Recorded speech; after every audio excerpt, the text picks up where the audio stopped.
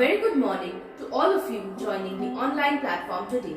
We, the students of Delhi Public School, take great pleasure in celebrating the 150th birth anniversary of Swami Vivekananda.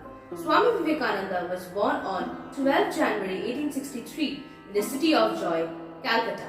His real name was Narendranath Datta. Swamiji was a renowned writer, scholar, thinker and a great philosopher of contemporary India.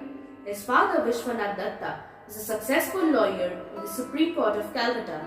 He was a learned man who had profound knowledge in both English and Persian. His mother, Bhubaneshwari Devi, was a pious lady who had a great and a very significant role in shaping Swamiji's life and his character. She taught him English lessons and made him familiar with the Bengali alphabets. He was a chief disciple of the 19th century Indian mystic Ramakrishna. He was a key figure in the introduction of Indian philosophies of Vedanta and Yoga to the Western world and is credited with raising interfaith awareness, bringing Hinduism to the status of a major world religion during the late 19th century.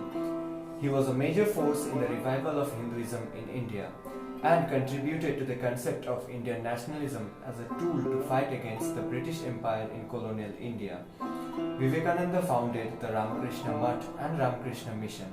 He is perhaps best known for his speech, which began with the words Sisters and Brothers of America, in which he introduced Hinduism at the Parliament of the World's Religions in Chicago 1893. আর দেরি না করে আমরা শুরু করছি আজকের অনুষ্ঠান।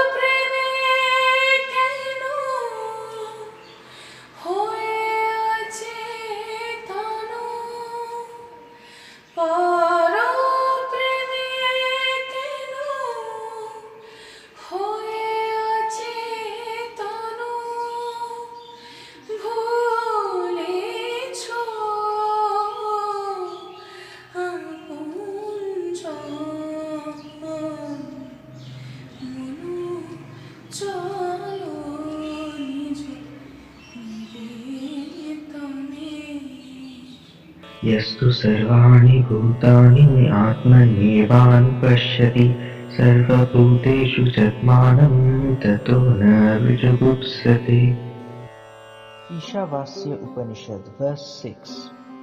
This Vedantic shloka conveys the message that the one who sees all beings in one's own self and one's own self in all beings does not despise anyone. On further analysis, we can see the different components of the shloka conveying the yet profound Vedantic message.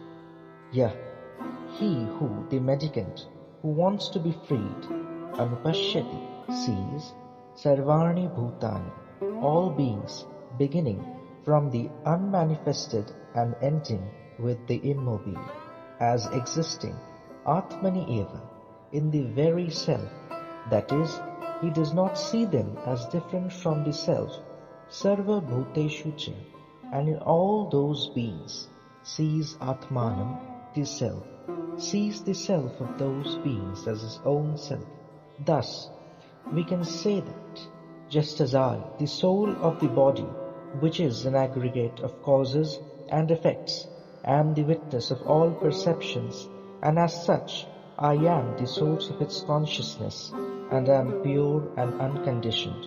Similarly, in that very aspect of mine, am I the soul of all, beginning from the unmanifested and ending with the immobile? He who realizes the unconditioned self in all beings does, tata, by virtue of that vision, na vijugupsate, feels no hatred. He does not hate anyone. This is only a restatement of a known fact, for this is a matter of experience, that all revulsion comes to one who sees something as bad and different from oneself. But for one who sees only the absolutely pure self-consciousness as a continuous entity, there is no object that can be the cause of revulsion.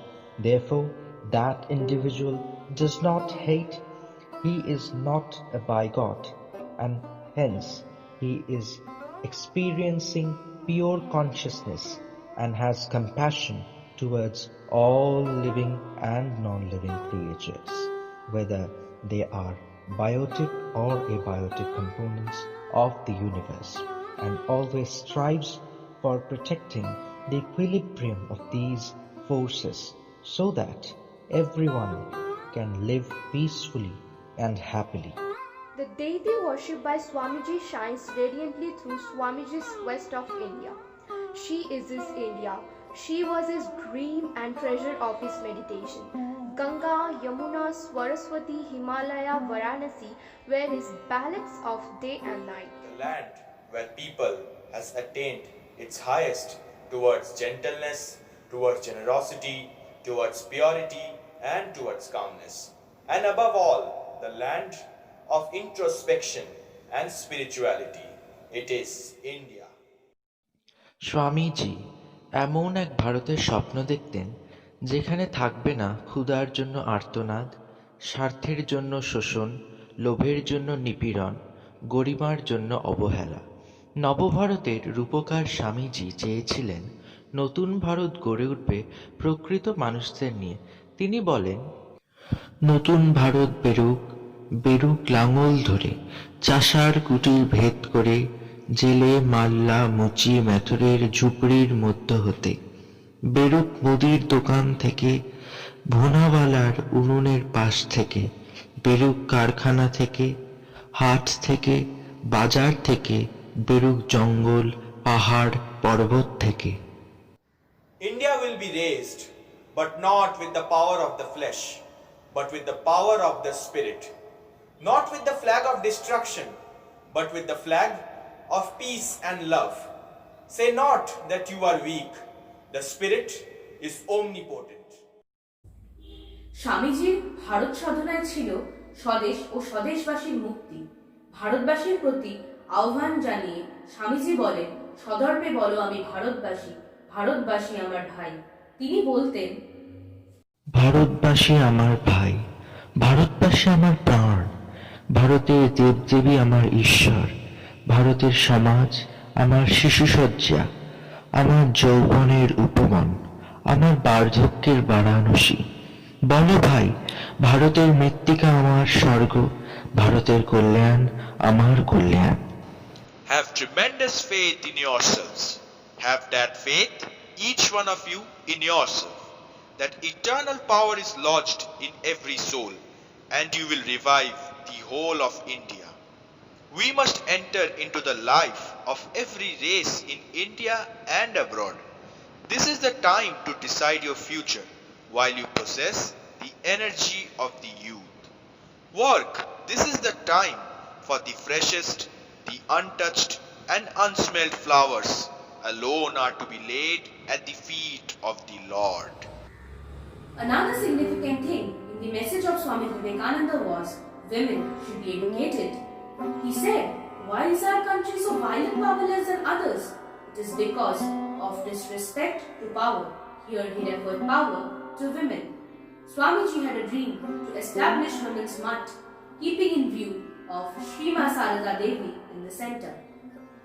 Regarding Swamiji, Chakrabarti Raja Gopalachari had said, Swamiji built the spiritual foundation of politics. We were blind, he gave us sight. He was the founder of India's independence. He was the father of our politics, cultural, spiritual freedom. According to Suniti Kumar Chattopadhyay, Vivekananda was an incarnation and a pioneer sent by God, not only for India but also for all mankind. And we want to keep in mind that ever-inspiring proclamation of Swamiji, "Do your duty until death, I am with you, and even when I will be no more in this world, my power will work with you." नमस्कार, मेरा नाम मेघना मोरांगथम है। मैं Delhi public school Siliguri की कक्षा 7 की एक विद्यार्थी हूँ। आज मैं स्वामी विवेकानंद जयंती के उपलक्ष्य में एक कविता प्रस्तुत करने जा रही हूँ। सोई दुनिया को जगाया, सिंहों को सींग बनाया, प्रेम योग्य हो या भक्ति योग्य हो, एक रहस्यमय सूत्र उपजाया, दूसरों के लिए जीना और नर पशु में मतभेद बताया। वही आत्मज्ञान का महापुरुष स्वामी विवेकानंद कहलाया। रोको ना जब तक लक्ष्य न पाओ, मन दुर्बलता को दूर भगाओ। इंसानियत का यही मर्म, जीवन पथ पर हो सत्कर्म। सोच लो तो शैतान बनो, सोच लो तो इंसान बनो। आत्मभक्ति ही शक्ति का दर्पण दर्शाया, इंसानियत का धर्म सिखलाया। वही ज्ञानी व्यक्ति स्वामी विवेकानंद कहलाया।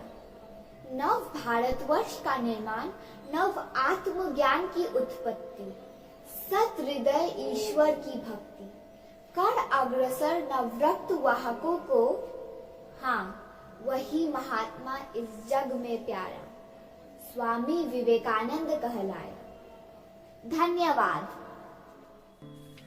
Dear audience, I hope you are enjoying the program. In this auspicious occasion of Vivekananda Jayanti, we put our efforts to present you the places which are glorified with the name of Swami Vivekananda. So now, let us all take a tour of the places together, right from the birthplace of Swami Vivekananda to all the places he visited in India. The presentation will also include some rare photographs of Swami Vivekananda.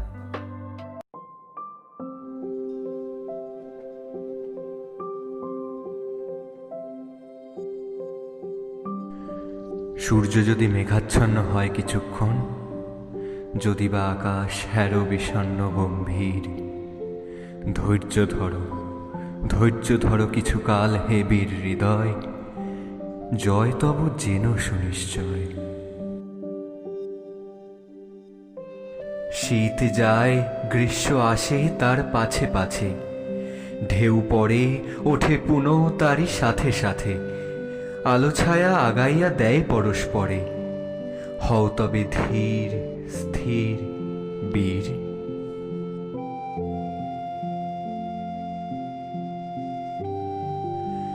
জীবন কর্তব্য ধর্ম বড় তিক্ত জানি, জীবনের সুখচয় বৃথা ও চঞ্চল, লক্ষ্য আজ বহু দূরে ছায়ায় মলিন, তবু চলো অন্ধকারে হে বীর হৃদয়,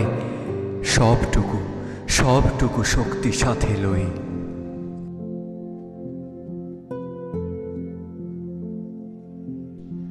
কর্ম নষ্ট নাহি হবে, কোনো চেষ্টা হবে না বিফল, আশা হোক উন্মোলিত, শক্তি অস্তমিত, কোটি দেশ হতে তব জনমিবে উত্তর পুরুষ, ধৈর্য ধরো কিছুকাল হে বীর হৃদয়, কল্যাণের নাহিক বিলয়।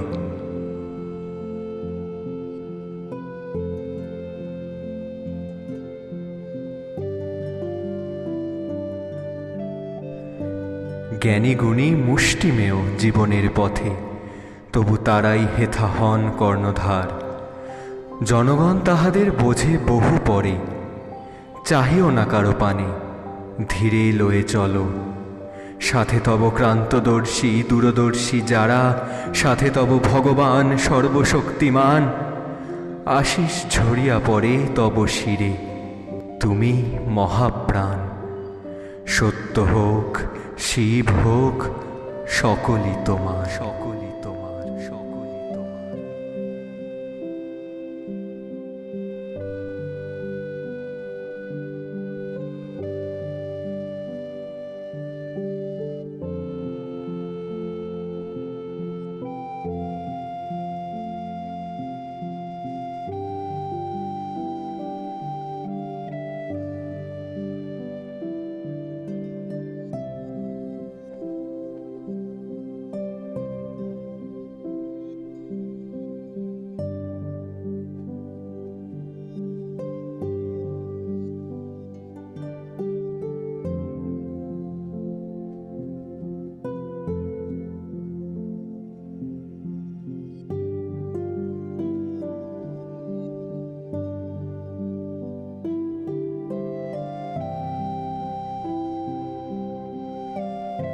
স্বামী বিবেকানন্দ 1888 সালে পরিব্রাজক রূপে মঠ ত্যাগ করেন। পরিব্রাজক হিন্দু সন্ন্যাসীর এক ধর্মীয় জীবন, কোনো স্থায়ী বাসস্থান বা বন্ধন ছাড়াই এই জীবনে তিনি স্বাধীনভাবে পর্যটন করে বেড়ান। পরিব্রাজক জীবনে স্বামী বিবেকানন্দের সঙ্গী ছিল একটি কমণ্ডলু, লাঠি এবং তাঁর প্রিয় দুটি গ্রন্থ ভগবত গীতা ও ঈশানুসরণ। 5 বছর ধরে ভারতের সর্বত্র ভ্রমণ করেন বিবেকানন্দ। 1888 সালে তিনি বারাণসী থেকে তার যাত্রা শুরু করেন। বারাণসীর পর তিনি একে একে যান অযোধ্যা, লখনৌ, আগ্রা, বৃন্দাবন, হথরাস ও ঋষিকেশে। 1888 থেকে 1890 সময়কালে ভগ্নস্বাস্থ্য এবং মাঠের দুই আর্থিক সাহায্যদাতা বলরাম বসু ও সুরেশচন্দ্র মিত্রের মৃত্যুর পর মঠের আর্থিক ব্যবস্থার সুরাহা কল্পে তিনি কয়েকবার বরাননগর মঠে প্রত্যাবর্তন করেছিলেন। 1890 সালের জুলাই মাসে গুরুভ্রাতা স্বামী অখণ্ডানন্দের সঙ্গে তিনি পুনরায় পরিব্রাজক সন্ন্যাসীর রূপে দেশ ভ্রমণে বের হন। প্রথমে তিনি যান নৈনিতাল, আলমোড়া, শ্রীনগর, দেহরাদুন, ঋষিকেশ, হরিদ্বার এবং হিমালয়। 1891 সালের জানুয়ারি মাসে শেষ দিকে অন্যান্য গুরুভ্রাতাদের ছেড়ে তিনি একাকী দিল্লির পথে অগ্রসর হন। দিল্লির ঐতিহাসিক স্থানগুলি দেখার পর তিনি চলে যান রাজপুতানার ঐতিহাসিক রাজ্য আলোয়ারে। পরে তিনি যান জয়পুর। তার পরের গন্তব্য ছিল আজমের। সেখানকার বিখ্যাত দরগা ও আকবরের প্রাসাদ দেখে তিনি চলে যান মাউন্ট আবুতে। মাউন্ট আবুতে তার সঙ্গে সাক্ষাৎ হয় খেত্রির মহারাজা অজিত সিং এর। পরে তিনি বিবেকানন্দের একনিষ্ঠ ভক্ত ও পৃষ্ঠপোষকে পরিণত হন। তার আমন্ত্রণে বিবেকানন্দ খেত্রিতে আসেন।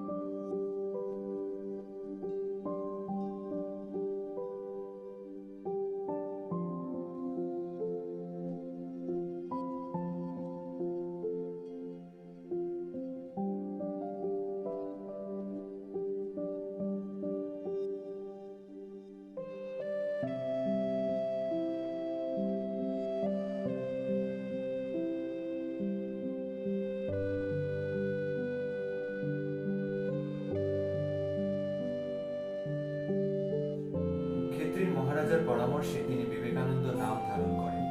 ক্ষেত্রীতে 2.5 মাস কাটানোর পর 1891 সালের অক্টোবরে তিনি রাজস্থান ও মহারাষ্ট্রের উদ্দেশ্যে রওনা হন। পশ্চিমে যাত্রাপথে তিনি ভ্রমণ করেন আহমেদাবাদ, ওয়াদন ও লিমধি। এরপর তিনি যান জুনাগড়, গিরনার, কচ্ছ, পোরবন্দর, দ্বারকা, পালিতানা ও বরোদা। 1892 সালের জুন মাস নাগাদ তিনি খান্ডওয়া ও ইন্দোর ভ্রমণ করেন। কাথিয়াওয়াড়ে তিনি বিশ্ব ধর্ম মহাসভার কথা শোনেন। খান্ডওয়া থেকে তিনি বোম্বাইয়ের উদ্দেশ্যে যাত্রা করেন। 1892 সালের জুলাই মাসে তিনি বোম্বাই পৌঁছান। 1892 সালের অক্টোবরে স্বামী বিবেকানন্দ বেলগাঁও যাত্রা করেন। বেলগাঁও থেকে তিনি যান গোয়ার পাঞ্জিম ও মারগাঁওয়ে। মারগাঁও থেকে বিবেকানন্দ রেলপথ যাত্রা করেন দারোয়ারের উদ্দেশ্যে। সেখান থেকে আসেন মহীশূর রাজ্যের ব্যাঙ্গালোরে। বেঙ্গালুরুতে স্বামীজি মহীশূর রাজ্যের দেওয়ান স্যার কে শেষাদ্রি আইয়ারের সাথে পরিচিত হন এবং পরে তিনি মহীশূরের মহারাজা শ্রী চামারাজেন্দ্র ওয়াডিয়ারের অতিথি হিসেবে রাজপ্রাসাদে অবস্থান করেন। বেঙ্গালুরু থেকে তিনি ভ্রমণ করেন ত্রিচুর, কোদুঙ্গালোর, এর্নাকুলাম। এর্নাকুলাম থেকে তিনি ভ্রমণ করেন ত্রিভান্দ্রাম, নাগেরকৈল এবং 1892 সালের বড়দিনের প্রাক্কালে পায়ে হেঁটে কন্যাকুমারী পৌঁছান। বিবরণ অনুসারে স্বামীজি ভারতীয় পাহাড়ের শেষ প্রান্তে 3 দিন ধরে ধ্যান করেন, যা পরে বিবেকানন্দ রক মেমোরিয়াল হিসেবে খ্যাতি লাভ করে। কন্যাকুমারীতে বিবেকানন্দ এক ভারতের স্বপ্ন দেখেন, যাকে সচরাচর বলা হয়ে থাকে 1892 খ্রিস্টাব্দের কন্যাকুমারী সংকল্প। তিনি লিখেছিলেন, ক্যামরিন অন্তরীপে মা কুমারীর মন্দিরে বসে, ভারতীয় পাহাড়ের শেষ প্রান্তে বসে আমি এক পরিকল্পনা করি। আমরা এতগুলো সন্ন্যাসী ঘুরে বেড়াচ্ছি এবং মানুষকে অধিবিদ্যা অথবা দর্শনশাস্ত্র শেখাচ্ছি। এ সব কিছুই পাগলামি। আমাদের গুরুদেব কি বলতেন না, খালি পেট ধর্মের জন্য ভালো নয়? জাতি হিসেবে আমরা আমাদের স্বতন্ত্র বৈশিষ্ট্য হারিয়েছি এবং এটাই ভারতের সকল অনিষ্টের কারণ। আমাদের জনসাধারণকে জাগাতে হবে। কন্যাকুমারী থেকে তিনি যান মাদুরাই, যেখানে রামনাদের রাজা ভাস্কর সেতুপতির সাথে দেখা করে তিনি পরিচয়পত্র দেখান। মাদুরাই থেকে তিনি যান পন্ডিচেরি, রামেশ্বরম। সেখান থেকে যান মাদ্রাজ এবং এখানে তিনি তার সবচেয়ে অনুগত শিষ্যদের সঙ্গে সাক্ষাৎ করেন, যারা স্বামীজির আমেরিকার ভ্রমণে এবং পরে মাদ্রাজে রামকৃষ্ণ মিশনের প্রতিষ্ঠার তহবিল সংগ্রহের গুরুত্বপূর্ণ ভূমিকা পালন করেন। এরপর 1893 সালের 31শে মে তিনি শিকাগোর উদ্দেশ্যে যাত্রা করেন। কলম্বাসের স্পেন থেকে আমেরিকা পদার্পণের 400 বছরকে স্মরণ করে 1893 খ্রিস্টাব্দের 11 সেপ্টেম্বর শিকাগোতে শুরু হলো বিশ্ব ধর্ম মহাসভা। সকাল 10টা পূর্ণ প্রেক্ষাগৃহের মাঝখান দিয়ে চলেছেন বিশ্বের প্রায় সমস্ত ধর্মের প্রতিনিধিরা। ইহুদি, মুসলিম, তাও, শিন্টো, কনফুসিয়াস, পার্সিক, বৌদ্ধ, প্রোটেস্ট্যান্ট। হল অফ কলম্বাসের গ্যালারিতে তখন 3 ধরনের স্থান নেই। প্রায় 7000 মানুষ, শীত, কৃষ্ণ, হরিদ্রা, গৈরিক, কত বর্ণে সজ্জিত নানা ধর্মের প্রতিনিধিরা একে একে মঞ্চে গিয়ে বসলেন তাদের নির্দিষ্ট আসনে। ভারতবর্ষ থেকে এসেছেন প্রতাপচন্দ্র মজুমদার এবং নাগরকর। তাঁরা বলবেন ব্রাহ্ম সমাজের পক্ষে। জৈন ধর্মের পক্ষে কথা বলতে এসেছেন বীর চাঁদ গান্ধী। এনি বেসেন্ট এবং জ্ঞানেন্দ্র চক্রবর্তী থিওসফের প্রতিনিধি হিসেবে এসেছেন। বৌদ্ধ ধর্মের প্রতিনিধি হিসেবে কথা বলতে এসেছেন ধর্মপাল। মঞ্চের উপর 31 সংখ্যক আসনে বসে আছেন স্বামী বিবেকানন্দ। এই ধর্ম মহাসভায় এক অনাহূত অতিথি, তিনি হিন্দুদের পক্ষে মঞ্চে দাঁড়াবেন। এই ধর্ম মহাসভায় বিশ্বের প্রায় সমস্ত চিন্তাশীল ব্যক্তি এবং বিশিষ্ট বক্তারা উপস্থিত। সেখানে অনাহূত তিনি, কেউ তাকে আমন্ত্রণ জানায়নি, বলেনি আপনি আসুন, হিন্দু ধর্মের প্রতিনিধি হিসেবে আপনাকে আমরা আমন্ত্রণ জানাই। এক 29 বছরের যুবক কন্যাকুমারীতে বসে ভাবলেন তাকে যেতে হবে, বলতে হবে নিজেদের কথা। ক্ষেত্রী রাজা অজিত সিং এবং দক্ষিণ ভারতীয় যুবক আলা সিংহা এগিয়ে এলেন।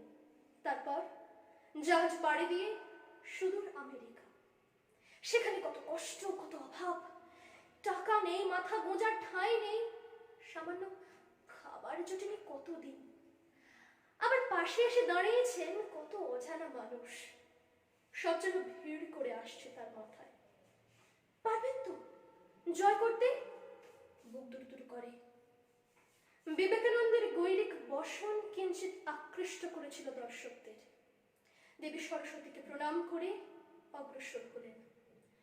Sisters and brothers of America, it fills my heart with joy unspeakable to rise in response to the warm and cordial welcome which you have given us. I thank you in the name of the most ancient order of the monks in the world. I'm proud to belong to a religion which has taught the world both tolerance and universal acceptance. We believe not only in universal toleration, but we accept all religions as true. সমস্ত অপরিচয়ের বন্ধন গেল খুঁজে, তীব্র শীত অর্থাহারের কষ্ট অবজ্ঞার জ্বালা তখন মুছে দিচ্ছে কৌতূহল। কি তরু সন্ন্যাসী! Sectarianism, bigotry and its horrible descendant fanaticism have long possessed this beautiful earth. ভূত নামানোর বিদ্যা নয়, সংস্কারের অন্ধকূপে নিজেকে আরো ছোট করে তোলা নয়, উদ্বোধনের আহ্বান, নিজে জাগো, অন্যকে জাগাও। I fervently hope that the bell that tolled this morning in the honor of this convention may be the death knell of all fanaticism, of all persecution, with the sword or with the pen. সমস্ত হল করতালিতে ফেটে পড়ল। এত সহজ সরল ভাষায়, এত আন্তরিক ভাবে নিজের মনের কথা কেউ তেমন ভাবে বলল না। এই তেজস্বী যুবক নিছক তত্ত্ব কথা শোনাতে আসেনি, মানুষে মানুষে মিলনের কথা বলতে এসেছে। তার বিশ্বাসের জোরেই ভালোবাসার সৃষ্টি হবে। সমস্ত লাঞ্ছনার শেষে হলো পরিচয়। ব্যক্তির হাত ধরে এলো নির্ভয়। পেছনে কাহার ছায়া, কার স্নেহ, কার মায়া, জেগে ওঠে অনির্বাণ, নাহি তার ক্ষয়। সন্ন্যাসী জেনেছে শুধু জয়, তার জয়। Dear audience, Swami Vivekananda's name is written in golden letters in the history of India. He is a role model for not only the people of his country, but to the whole world. We should make efforts to inculcate his qualities and become a better person. We have finally come to the end of our virtual program. Thank you for being with us till the end. Stay safe and have a wonderful day ahead.